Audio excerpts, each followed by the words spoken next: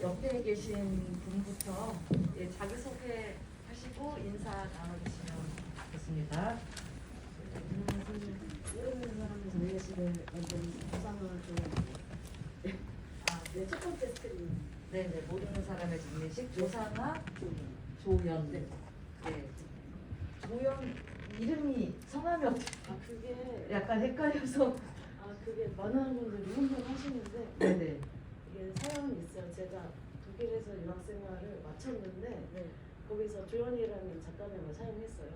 근데 제 이름은 원래 조상아거든요. 네네. 근데 이게 제가 조연이라는 이름으로 다른 작업들을 모두 해가지고 이게 여권상의 병기가 안 되면 병력 증명이 전혀 되지 않아서 병기로 사용하고 그런 있어요. 거군요. 네. 저는 공동 감독이신가 아니면 조연 뭐 주연이 아닌 조연이라는 뜻인가만 그래서 처음에 이렇게 헷갈렸었는데. 계속 조감독이 돼가지고 그렇군요. 네네. 예, 조상아 조연 두 개의 이름을 가진 감독님이십니다. 네, 그다음에요. 안녕하세요. 두여인 연초이 장선입니다. 반갑습니다. 네, 안녕하세요. 저는 두 여인에서 소녀 역을 맡은 배우 이한서입니다. 감사합니다. 네, 안녕하세요. 저는 가정동에서 고깃집 사장 역할을 맡은 배우 박준현입니다. 네, 안녕하세요. 가정동을 연출한 허지윤입니다. 네, 안녕하세요. 저는 가정동에서 상훈 역을 연기한 배우 이서환입니다. 반갑습니다. 네, 늦게 와서 죄송합니다. 박영길 씨와의 차 한잔 연출한 유일이라고 합니다.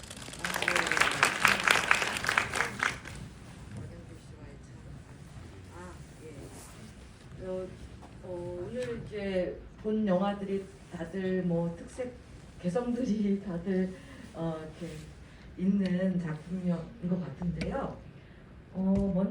제일 먼저 저쪽에 계신 박영길 씨와의 차 한잔 감독님께 이 영화를 보면은 굉장히 그 시대가 60년대, 70년대 한국 영화 보는 것 같이 약간 후시 녹음을 한 듯한 그런 느낌에, 그리고 우리가 아는 것과 실제가 뭐지? 내가 안다고 믿었던 게 사실인가 굉장히 사이 좋은 부부 사이인 것 같았는데 어느 순간 갑자기 서로 이제 대화가 엇나가기 시작하면서 굉장히 공포감마저 느끼게 하는 그런 영화였던 것 같아요. 그래서 어떻게 이런 영화를 기획을 하시게 됐는지, 어떤 이야기를 전달하고 싶으셨는지 말씀 부탁드리겠습니다.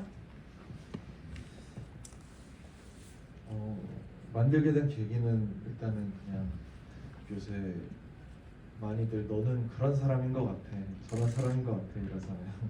심지어는 이제 MBTI까지 나오면서 너는 뭐라서 그래, 너는 뭐라서 그래 이러잖아요. 사실 그렇지 않은 것 같다라는 생각이 좀 들어요. 그리고 내가 알고 있다고 생각한 옆 사람, 사랑하는 사람, 가족 혹은 뭐 반려동물들까지 해가지고 착각하고 있다라는 생각이 좀 들었어요. 사실 내가 저 마음 깊은 곳까지는 알 수 없는데, 그래서 좀 그렇다면 내가 전혀 모르는 사람이라면 어떨까, 모르는 사람일 수도 있겠다 이런 생각에서 만든 공포에서 영화입니다. 그래서 만들었습니다. 되게 흥미로운 주제였던 것 같습니다. 그러면은 그 다음 작품 가정동에 일단 감독님께 질문을 먼저 드려보도록 하겠습니다. 시를 직접 보니까 나중에 크리틱 보니까 시를 또 소개된 시들을 직접 쓰시기도 하고 이생진 시인의 시가 인용되기도 하고 그런데요. 저도 가정동에 촬영을 예전에 시 읽는 시간 촬영할 때 갔던 적이 있어서 로원시티 그때 지하에 지금 많이 변한 것 같은데 지하에서 이렇게 외국인 노동자들이 이렇게 할 때 촬영을 했었거든요. 그래서 굉장히 이렇게 반가웠던 제목과 작품이었습니다. 어떻게 기획을 하시게 됐는지, 가정동에 어떤 연관관계가 있으신지요? 네. 일단 제가 이제 가정동을 자주 이렇게 왔다 갔다 하는데요.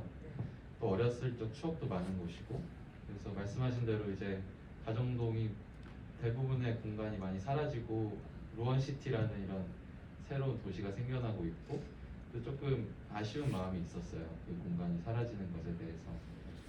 그래서 어느 날 이제 가정동을 산책하고 있는데 실제로 어떤 허름한 빌라 벽면에 제가 인용했던 이생진 시인님의 그 그리운 바다 성산포라는 시를 누가 적어 놓으셨더라고요.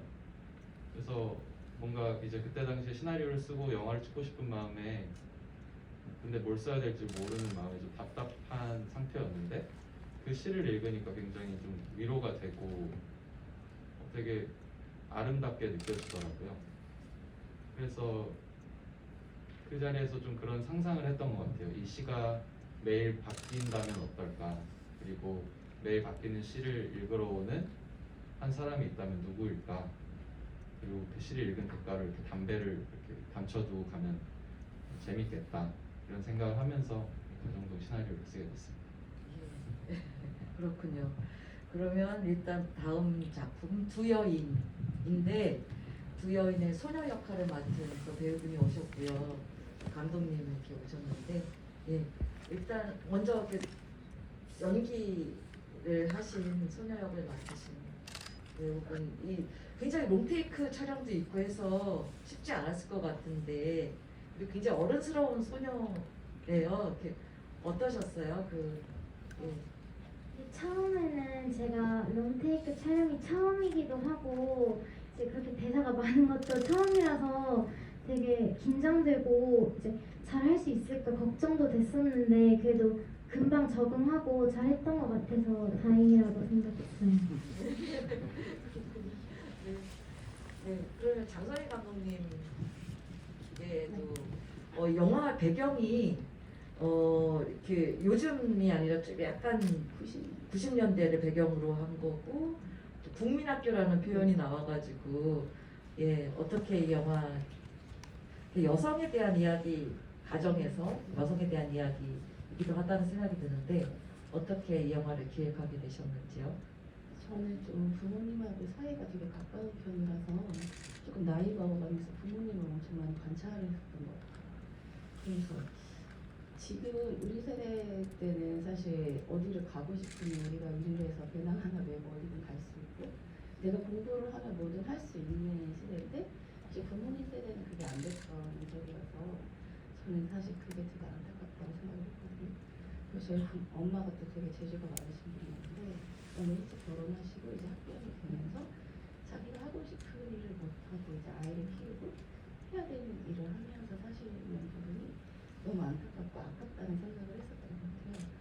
그리고 이제 그때 당시 그 여성과 이제 엄마에 대해 생각을 해보면 지금도 마찬가지인 건데 이제 굳이 그 여인의 실종 아동 엄마로 이제 설정을 한 거는 아이를 잃어버리면 세상에서 부모가 제일 슬픈데 사람들이 가장 먼저 하는 말이 엄마인데 넌 뭐 애가 없어졌는데 너 집에 있으면 죽으면 넌 집에서 뭐 있니? 인산이면은 그러니까 일을 왜 당했니라는 말을 하잖아요.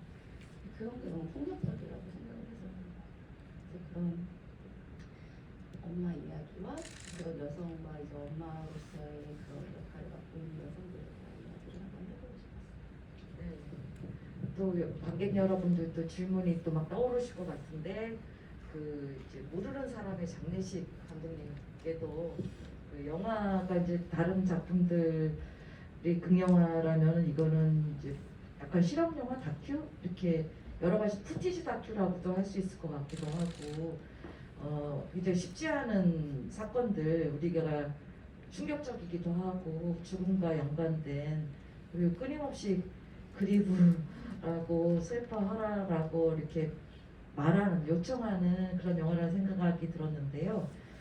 이게 만드신 게 언제 기간이 어느 정도 되시고 어떻게 만드시게 되셨는지. 예. 사실 이건 제 독일 미술학교 졸업작품인데요. 제가 5년 동안 유학을 했어요. 근데 그 전에 제가 JTBC에서 그래픽 디자인 전시를 했거든요. 근데 그때 이제 종편으로서 이미지를 던지고 손 사장이 오고 이제 세월호가 터졌죠. 근데 그 이미지를 계속 가져오면서 쓰면서 저는 이제 그거 하루 종일 봐야 하는 상황이었어요. 그러면서 이제 두 개를 하고 그 다음에 두 개를 가게 됐는데 그다음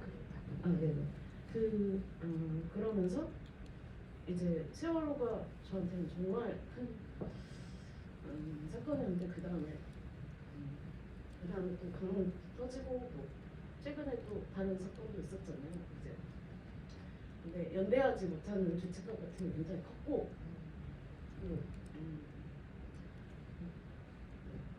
그런 것이 굉장히 컸고 제가 작업을 하면서 뭐 가족에 관한 것들이나 아니면 가부장제에 관한 많이 페미니즘적인 것을 많이 만들었지만 제가 이 작업을 마지막에 하지 않으면 뭔가 사명감 같은 이 작업을 정말 어렵고 남의 이야기를 함부로 끌어오는 느낌이 될 수도 있지만 이 작업을 하지 않으면 안 될 것 같아서 그래서 시작하게 된 작업입니다. 네, 아유, 본인의 또 직접 어떤 그런 그 당시에 세월호 당시 2014년 당시에 그런 일을 했던 경험이 이렇게 작품에 또 반영이 되고 계속 지금도 예, 굉장히 이제 감정적으로 또 여전히 힘드시게 느껴지는데요.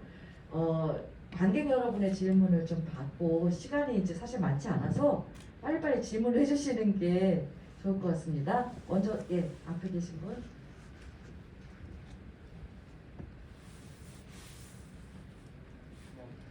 예.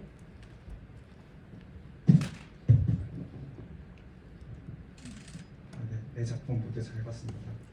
이 한 섹션 안에서 내 작품을 같이 보면서 저는 이제 죽음이라는 그런 키워드로 그 맥락 안에서 작품을 감상하게 됐는데 이제 뭐 근래 한국 사회에서 발생한 죽음을 쭉 일감한 모르는 사람의 장례식은 뭐 당연하고 그리고 이제 가정동에서도 명시적으로 죽음이 드러나니까 그 작품뿐만 아니고 이제 박연길 씨와의 차 한잔에서도 뭐 바다괴물이나 오미보지 얘기를 하면서 암시적으로 죽음이 떠올랐고 이제 장선희 감독님 작품 같은 경우에도 실종아동뿐만 아니고 한국 사회에서 계속 삶의 희생을 강요받아온 여성들의 또 은유적인 죽음 같은 게 느껴졌어요. 그래서 각 작품의 감독님들이 작업을 하시면서 그런 죽음에 대해서 어떤 생각을 가지시면서 작업들을 하셨는지 좀 궁금한 마음이 들었습니다.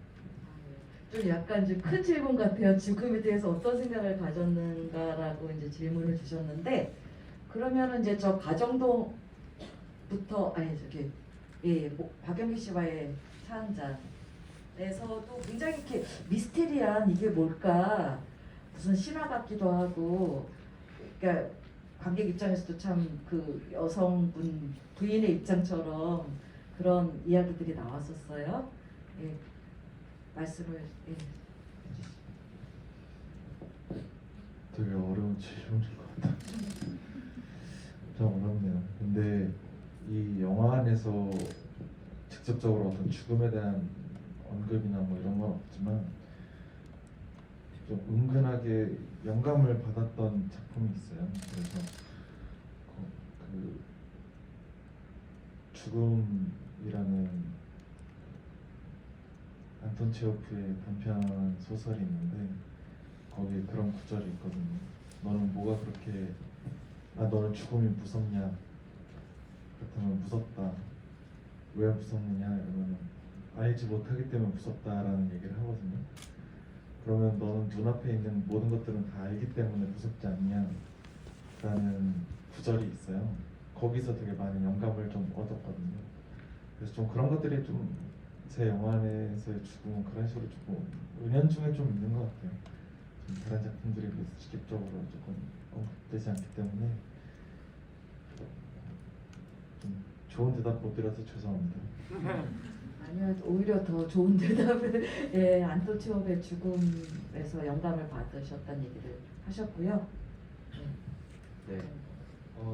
저는 이 영화 시나리오를 쓸 때 당시에 이제 저는 계속 인천에서 태어나서 자라온 사람이거든요.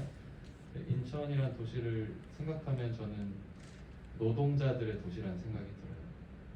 그리고 굉장히 많은 사람들이 저의 부모님 세대, 어른 세대들은 인천에서 나고 자라신 분들보다 다른 곳에서 태어나셨지만 일을 하기 위해서 인천으로 넘어와서 사시는 분들이 많거든요.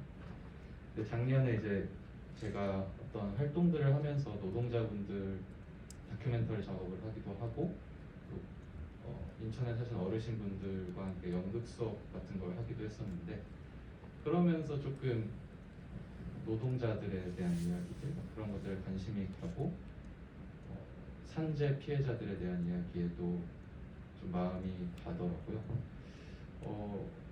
그래서 제 영화에 그런 죽음이 담겨 있는 것 같아요. 근데 이제 저는 또 이 영화 안에서는 그 죽음이 단순히 슬픈 일로만 끝나지 않았으면 해서 어떻게 보면 이런 표현이 맞는지 모르겠지만 시인의 죽음으로 인해 어떻게 보면 주인공 상훈이가 시를 쓸 수 있게 된다고 저는 생각을 했거든요. 그래서 또 다른 어떤 새로운 시작의 의미가 담겨 있을 것 같기도 하고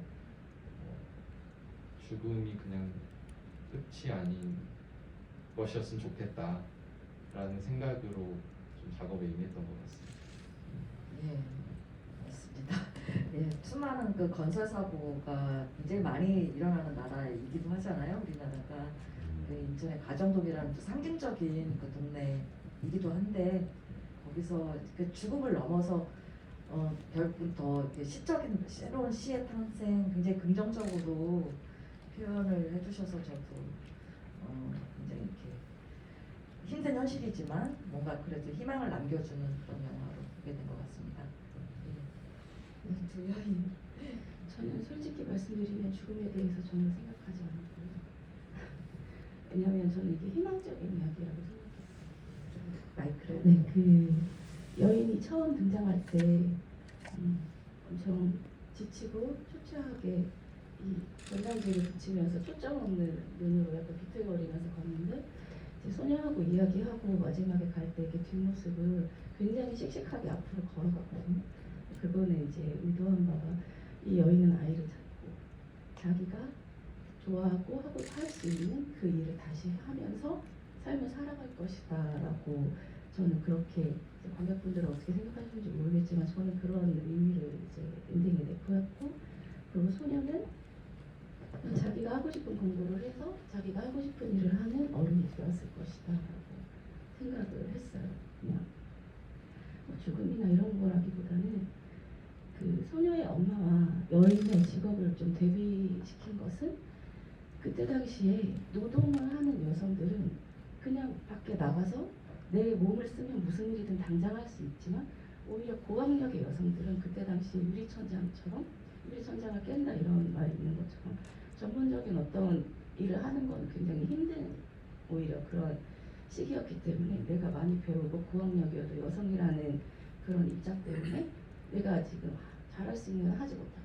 그러나 지금 나는 배우지 못했지만 내 몸 하나로 하는 노동을 할 수 있다. 약간 그런 설정을 좀 주고 싶었던 부분들이 있어서 그렇게 직업군을 설정을 한 거고 솔직히 저는 희망적인 이야기라고 생각했기 때문에 죽음에 대해서는 생각하지 않았던 것 같아요. 감독님의 의도가 굉장히 관객들 입장에서 느껴지는 영화인 것 같아요.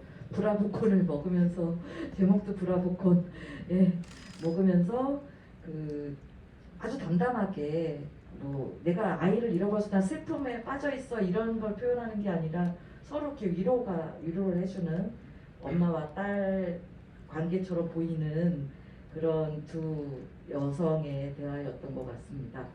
근데 모르는 사람의 장례식 같은 경우에 사실 우리가 모르는 사람이지만 그게 어쩌면 나일 수도 있는 어쩌면 아는 사람일 수도 있는 그래서 제목이 굉장히 인상적이기도 했는데요. 저 사실 제 작업에서 죽음은 어떤 기록되어져야만 하는 죽음들이었고 아까 저도 가정성에서 나온 시를 보면서 어린 친구들이 먼저 정해진 숨이 있는데 그게 먼저 가면 많은 사람들이 힘들다 그 구절을 보고 정말 너무 마음속으로 너무 깊이 공감이 되었고 네, 제 작업에서는 뭔가 기록되어져야 할 사명감으로 만들었던 것 같습니다. 네. 이 질문이 굉장히 커서 답변이 길어졌는데요. 다음 질문 받아보도록 하겠습니다. 저기 예, 손 드신 분.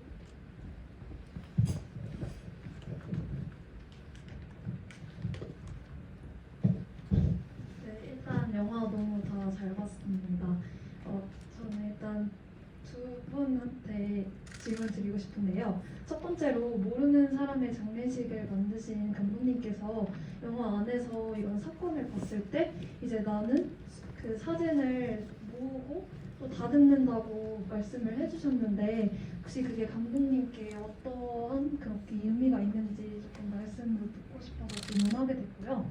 두 번째로는 이제 두 여인에서 이제 감독님께서 되게 롱테이크로 영화를 뭔가 연출하셨는데 저는 되게 지루하지 않고 되게 재밌게 봤거든요. 그 이유가 처음에 소녀가 등장할 때도 그렇고 그 슈퍼 배경으로 롱테이크 샷일 때도 그렇고 되게 로케이션이 저는 너무 좋게 느껴져서 상황이랑 잘 어울려가지고 되게 지루하지 않게 받아들여졌다고 생각하거든요. 그래서 혹시 로케이션을 구할 때 뭐 어떤 점을 신경 쓰셨는지 아니면 뭐 어떻게 구하게 되셨는지 궁금하고요. 마지막으로 이제 김나은 배우님이 연기하신 여인은 아이스크림을 되게 팍팍 드셨는데 이제 한서 배우님께서는 아이스크림을 되게 깨작깨작 귀엽게 드시더라고요. 그래서 혹시 그게 디렉이었는지 아니면 그냥 한서 배우님의 연기였는지 궁금합니다. 예, 그 두 가지 크게 주셨는데요. 먼저 예. 네, 먼저 말씀드렸듯이 그 제가 JTBC에서 그래픽 디자이너로 당시 일을 했어요. 그 일이 이미지가 들어오는 대로 모두 수집해서 비디오월이나 아니면 앵커기에 나오는 그런 데를 만들어야 되는 직업이었고 그 상황에서 저는 이제 그 재난 이미지에 계속 노출된 채로 그거를 생산하는 입장이었던 거죠. 그래서 그거를 어쨌든 크기에 맞게 어떤 그런 과정들이 저에게도 굉장히 폭력적이었지만 그거를 송출해서 보는 사람들한테도 너무나 큰 전 국민의 트라우마가 되기도 했잖아요. 그런 어떤 그런 상황들에서 내가 한 일이라고 이름을 붙였습니다. 그게 네, 저에게는 어떤 죄책감 같은 것도 있었어요. 사실 그게 해야 되는 그 상황에서는 해야 되는 직업이지만 지금 예술가로서 생각해 보면 그 이미지를 그렇게 무분별하게 수집하고 송출해도 됐었을까 그런 것에서 만든 씬이었습니다. 아이스크림은 이제 날씨도 겨울이다 보니까 춥고 이제 아이스크림을 또 많이 먹으니까 되게 의도치 않게 깨작깨작 먹게 되지 않았나 싶어요. 그 디렉은 아니었다는 거죠? 그냥 자연스러운 속도였다는 거죠? 예. 근데 그게 만약에 틀린 거면 얘기했을 것 같아요. 근데 왜냐면 아이는 그 모르는 낯선 사람한테 아이스크림을 받은 게 이 아이가 오면서 계속 실종 전단지를 봐서 하고 나랑 같은 또래의 아이가 없어졌나 보다라고 생각하면서 그거를 봤는데 그 아이를 잃어버린 엄마를 마주친 거잖아요. 그래서 이 아이가 조금 속이 깊은 그런 캐릭터였었기 때문에 모르는 사람이 줬지만 받아야겠다라고 생각하고 받아서 이제 먹은 거라 이 아이는 자기가 원해서 아이스크림을 먹는다기보다는 상황에 따라서 먹는 거고 그 여인은 사실 굉장히 배가 고파서 아이스크림을 이렇게 먹는 그런 설정이었거든요. 그래서 그런 게 맞는다고 생각했기 때문에 한서가 좀 깨작깨작 먹기 시작했지만 그냥 그렇게 얘기하지 않았었어요. 그리고 로케이션 같은 경우는 딱 원하는 게 2차선 도로에 가로수가 있는 슈퍼였거든요. 굉장히 정해놓고 하니까 찾기가 어려웠는데 촬영 감독이랑 정말 많은 곳을 다녔는데 나타나지가 않았는데 우연히 지도에서 제기동에 있는 우리 슈퍼라는 곳을 발견을 한 거예요. 근데 사장님이 사장님인데 너무 무서워가지고 제가 벌벌 떨면서 헌팅하러 못 가서 남동생을 보내서 헌팅을 했어요. 그리고 그 신문보급소 같은 경우에는 인천에 있는 창고를 신문보급소로 미술을 전부 그렇게 세팅을 해서 신문도 이제 지났지만 새 신문 한 500kg 정도 사서 세팅을 하고 그 공간이 처음에 이렇게 열렸을 때 영화가 여기가 뭐 하는 곳이지? 라고 생각했는데 어린 소녀가 이렇게 들어왔을 때 느낌으로 영화를 시작하고 싶어서 그렇게 세팅을 하게 됐습니다. 그래서 첫 장면이 굉장히 영화적인 장면, 그러니까 조명도 이렇게 인위적으로 이렇게 컨트라스트가 강하게 외부에서 조명이 들어오고 그 공간 자체도 약간 시대극 같은 느낌이어서 굉장히 영화적인 장면이었던 것 같아요. 예, 아주 공들여서 찍었습니다. 네. 그 시몬보급스가 있고 또 가게 앞이 있고 저 가정동에도 이제 배우분들이 이렇게 오셨는데 그 배우분들 얘기도 좀 들어보고 싶은데요. 그 거기도 이제 슈퍼가 나오고 슈퍼 앞에 그 빌라 개동 빌라 그게 이제 실제로 있는 거고 콜롬비아 육교가 그 실제로 있는 거죠. 콜롬비아 비가 있죠. 그때 전적 네. 비라고 해야 되나 전적비라고 해야 되나 감사비라고 해야 되나 네, 예. 네, 감사비. 저도 봤던 것 같아요. 가정동 그때 다닐 때. 네. 그래서 배우분들은 어떠셨는지 그 역할을 하시면서 그 시를 쓴 거는 그 실제 시인으로 그러니까 시인이 아니라 이제 거기서 이렇게 매일 아침 시를 쓰는 시인이라고도 할 수 있겠죠. 그 배우분이 쓰신 건지 그 누구 글씨인지도 궁금한데요. 네, 먼저 글씨에 대해서 말씀드리면 글씨는 저희가 이제 테스트를 했어요. 여러 사람들한테 아저씨 같은 글씨체인데 또 좀 멋있으면 좋겠다. 그래서 했는데 저희 미술 감독님이 제일 잘 쓰시더라고요. 굉장히 다양한 필기체를 구사하실 수 있어서 미술 감독님이 다 쓰셨습니다. 굉장히 의도가 근데 굉장히 정말 아저씨 같은 너무 이렇게 리얼한 글씨체였던 것 같아요. 네네. 그 배우분들 분께서도 한 말씀씩 촬영하면서 인상 기억나는 일이라든지 말씀해 주시면 여기 오늘 오셨는데 말씀해 주시면 좋을 것 같습니다. 일단 재밌게 촬영을 했던 것 같고 저는 거의 고깃집 장면에 계속 나와 있어가지고 여기 오신 분들이 맛있게 드시는 게 너무 보기 좋았고요. 네, 그 서빙하면서 즐거웠습니다. 아니 이제 고깃집 그 매니저인 셈인 거죠? 그러니까 사장 따로 있고 사장이 저희 어머니가 사장인 아. 컨셉이고 저는 이제 제가 그 어머니 밑에서 일을 하지만 계속 네. 직원들한테 내가 사장이다라고 이제 어필을 하고 있으나 그 직원들은 잘 그렇게 인정해주지 않는 그 정도의 컨셉으로 연기를 했던 것 같아요. 일단 그 영화를 찍을 당시에 너무너무 추운 날씨였어서 양말을 4겹 신고 2겹은 발난로에 태워도 모를 정도로 추웠거든요. 그렇게 촬영을 진행했었고 정말 그 시나리오를 읽고 너무 하고 싶었던 작품이어서 참여하게 돼서 너무 기뻤고 그리고 그 내용이 좀 훈훈하잖아요. 그래서 찍는 내내 훈훈하고 따뜻하게 춥게 잘 찍었던 것 같습니다. 예. 그러면은 다시 관객석으로 마이크를 옮겨보도록 하겠습니다. 손을 들어주시면 마이크가 들어볼게요. 예, 저쪽에.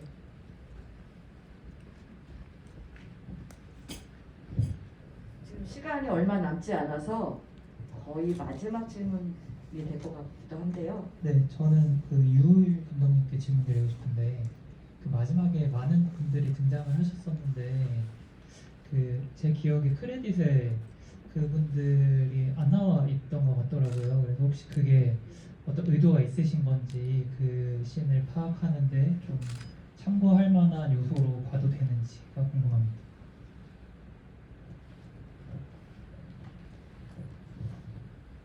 사실 그 멋진 답변을 좀 드리고 싶어서 계속 머리가 굴러가는데요. 사실 그냥 성함을 몰라가지고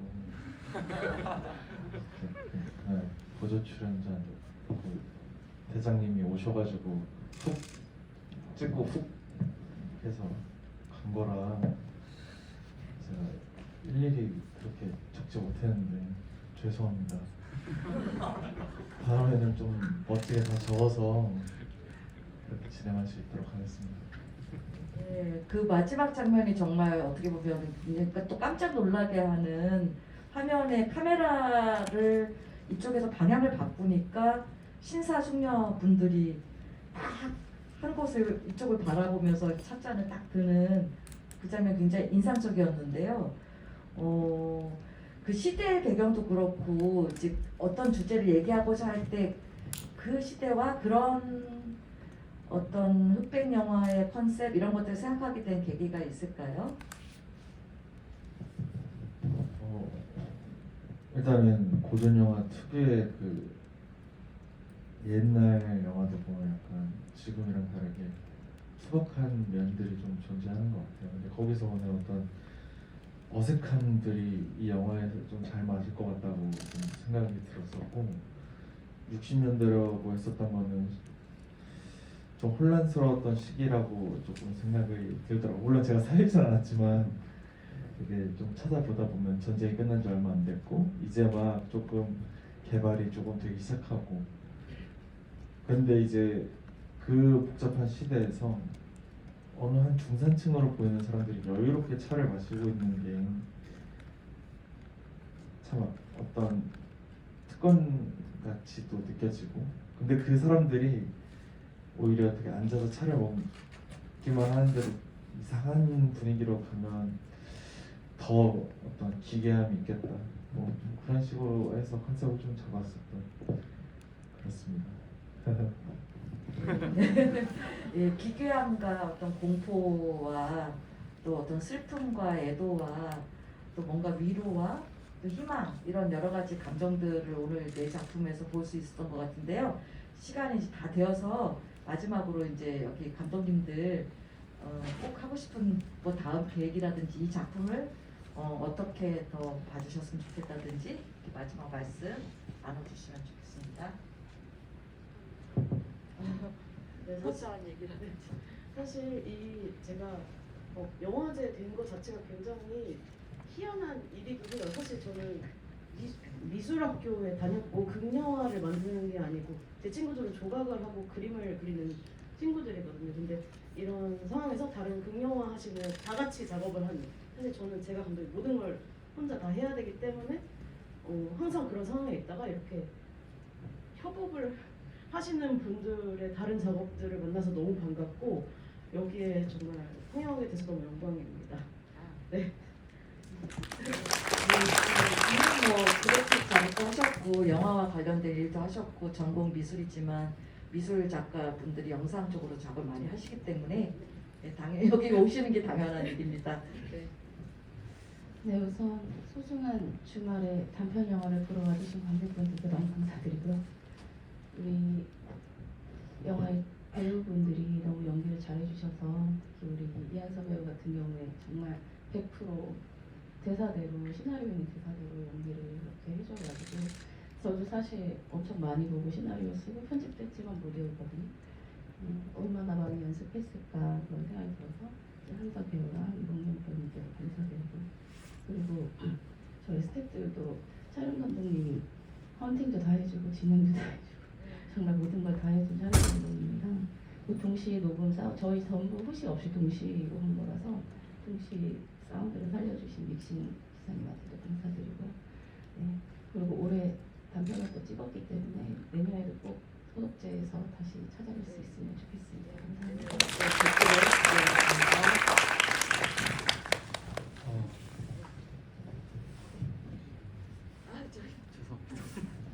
네, 그러면 감독님들만 시간이 다 돼서 죄송하지만 감독님들만 하는 것 같아요. 네. 우선 일단 정말 저번 겨울에 말씀하신 대로 정말 추울 때 찍었거든요.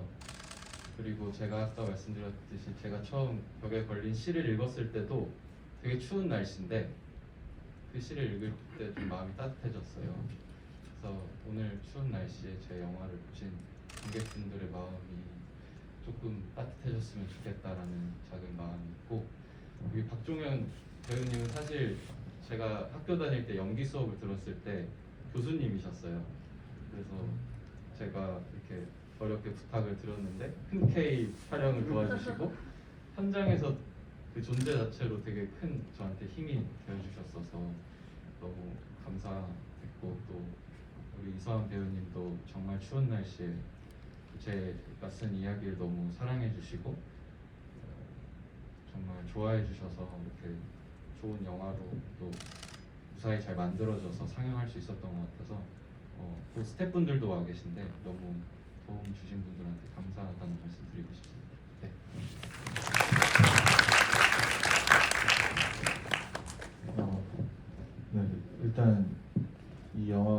이상한 영화인데 그래서 관객분들이 해석하게 냅두는 게 저는 재밌어서 계속 있었거든요. 근데 그때 금요일 GV 때도 한번 말씀을 드렸던 건데 이상한 오해가 있어서 그 박연길이 귀신이냐 아니냐 뭐 그런 얘기를 너무 많이 들었어요 제가. 그래서 그건 아니라고 좀 짚고 넘어가고 싶고 다음 계획에 있어서 이제 장편으로 인사를 드리고자 합니다. 뭐 그냥 글을 쓰고 있다는 뜻이고요. 대단한 건 아니고 아무튼 그리고 또 하나의 오해를 좀 잡고 싶었던 거는 박연길 찍고 나니까 이제 계속 주변에서 고전 영화 덕후인 줄 아시고 계속 이런 영화만 만들 계획인 줄 아시는데 그게 아니고 다양한 걸 만들고 좋아하는데 그냥 이번엔 이걸 만든 거다라고 생각해 주시면 감사하겠습니다. 어쨌든 봐주셔서 감사합니다. 네, 오늘 좋은 작품들 만들어주신 감독님과 또 배우님들 너무 수고 많으셨고 감사합니다. 그러면 여기 오신 관객분들에게도 감사드리면서 인사하고 마치도록 하겠습니다.